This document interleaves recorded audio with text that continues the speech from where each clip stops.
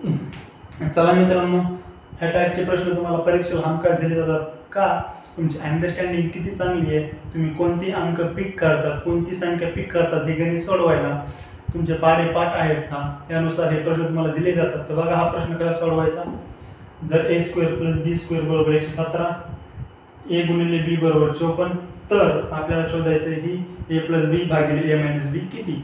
तर बघा, कोणत्याही दोन संख्यांचा गुणाकार 54 आला पाहिजे आणि त्यांच्या वर्गांची संख्या व वर्गांची बेरीज ही 117 आली पाहिजे. तर बघा, कोणत्या संख्या घ्यायचा आहे आपल्याला. बघा आता इथं बघा, 9 गुणिले 6 बरोबर किती येणार, 54 येणार. ही कंडिशन फुलफिल झाली. इकडे या, त्यांच्या वर्गांचा जी ते 9चा वर्ग आणि 6चा वर्ग यांची बेरीज किती आली पाहिजे, 117 आली पाहिजे. तिथं बघूया. चला, 9चा वर्ग 81 प्लस 6चा वर्ग 36 करा.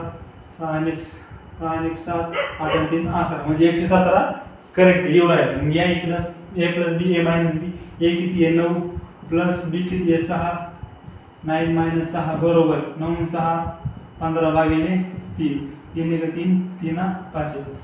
आपलं उत्तर काय आलंय, मग 5 हे आपलं उत्तर आलेलं आहे. ह्या प्रकारे हा प्रश्न सोडवायचा. तुम्हाला अंक पिक करता आले पाहिजे.